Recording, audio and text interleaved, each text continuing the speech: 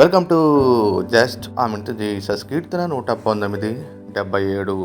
నీ ధర్మశాస్త్రము నాకు సంతోషకరము, నేను బ్రతుకున్నట్లు నీ కరుణా కటాక్షములు నాకు కలుగును గాకంటూ కీర్తనకారుడు దేవుని యొక్క కరుణా కటాక్షములే బ్రతికిస్తున్నాయంటూ దేవుని నామాన్ని గనపరుస్తూ ఉన్నాడు. దావీదు 103 కీర్తనలు కూడా కరుణా కటాక్షములు నాకు కిరీటముగా దయచేయమంటూ, అలాంటి పక్షిరాజు నవనూతనమైన బలాన్ని అనుగ్రహిస్తున్నట్టు నన్ను బ్రతికిస్తున్నా ఉంటూ దేవుని నామాన్ని గనపరిచాడు. మన జీవితంలో అనేక సార్లు ఎన్ని కష్టాలు వచ్చినప్పటికీ, మరణ సంబంధమైన అనేక సమస్యలు వచ్చినప్పటికీ కూడా దేవుడు బ్రతికిస్తూ ఉన్నాడు. కారణము దేవుని యొక్క కరుణా కటాక్షములే.